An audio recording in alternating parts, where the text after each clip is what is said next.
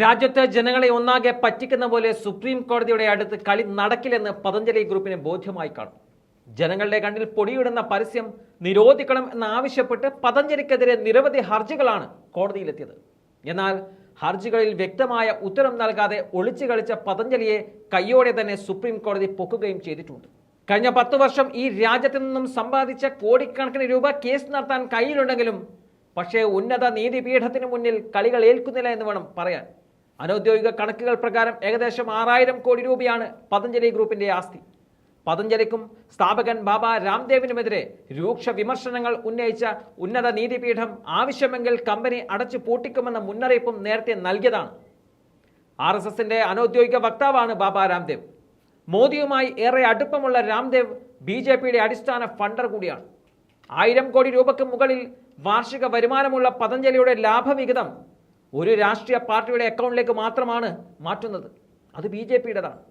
അതുകൊണ്ട് തന്നെ രാജ്യത്തെ നിയമങ്ങൾ വളച്ചൊടിച്ച് കാറ്റിൽ പറത്തിയാൽ ചോദിക്കാൻ ആരും ഉണ്ടാകില്ലെന്ന ധാർഷ്ട്യത്തിലാണ് പതഞ്ജലി മുന്നോട്ട് പോയിക്കൊണ്ടിരുന്നത്.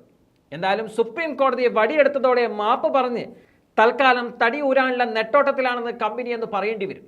കമ്പനി മാനേജിംഗ് ഡയറക്ടർ ആചാര്യ ബാലകൃഷ്ണയാണ് സുപ്രീം കോടതിയിൽ നൽകിയ സത്യവാങ്മൂലത്തിൽ ഖേദം പ്രകടിപ്പിച്ചത്. ഭാവിയിൽ ഇത്തരം പരസ്യങ്ങൾ നൽകില്ലെന്ന ഉറപ്പും സുപ്രീം കോടതിയെ പതഞ്ജലി ഗ്രൂപ്പ് അറിയിച്ചിട്ടുമുണ്ട്.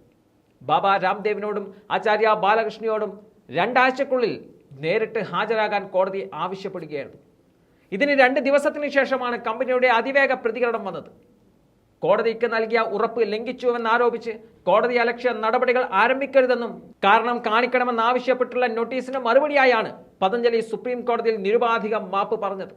ഫെബ്രുവരി 27-ന് രക്തസമ്മർദ്ദം, പ്രമേഹം, സന്ധിവാതം, ആസ്മ, പൊണ്ണത്തടി തുടങ്ങിയ രോഗങ്ങൾക്കായി പതഞ്ജലി ആയുർവേദ നിർമ്മിച്ചു നൽകുന്ന മരുന്നുകളുടെ പരസ്യങ്ങൾ പ്രസിദ്ധീകരിക്കുന്നതിനും സുപ്രീം കോടതി വിലക്കേർപ്പെടുത്തിയിരുന്നു.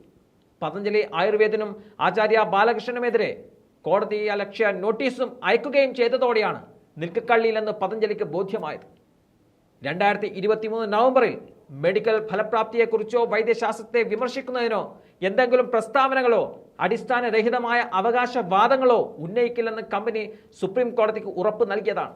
എന്നാൽ മറുവശത്ത് കൂടി തെറ്റിദ്ധരിപ്പിക്കുന്ന പരസ്യങ്ങൾ കമ്പനി തുടർന്ന് നൽകിയതോടെയാണ് സുപ്രീം കോടതിയുടെ നിയന്ത്രണം വിട്ടത്.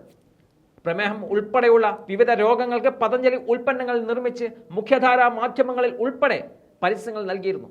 ആധുനിക വൈദ്യശാസ്ത്രത്തിൽ മരുന്നുകൾക്ക് വലിയ തോതിൽ പാർശ്വഫലങ്ങൾ ഉണ്ടെന്ന് അവകാശപ്പെട്ടായിരുന്നു പതഞ്ജലി പരസ്യം നൽകിയത്. ഇതേ തുടർന്നാണ് ഇന്ത്യൻ മെഡിക്കൽ അസോസിയേഷൻ സുപ്രീം കോടതിയെ സമീപിച്ചത്. കേസിൽ തിരിച്ചടി ഉണ്ടായതോടെ പതഞ്ജലിയുടെ വിറ്റുവരവിലും ഗണ്യമായ കുറവുണ്ടായതായും ദേശീയ മാധ്യമങ്ങളും റിപ്പോർട്ട് ചെയ്യുന്നുമുണ്ട്.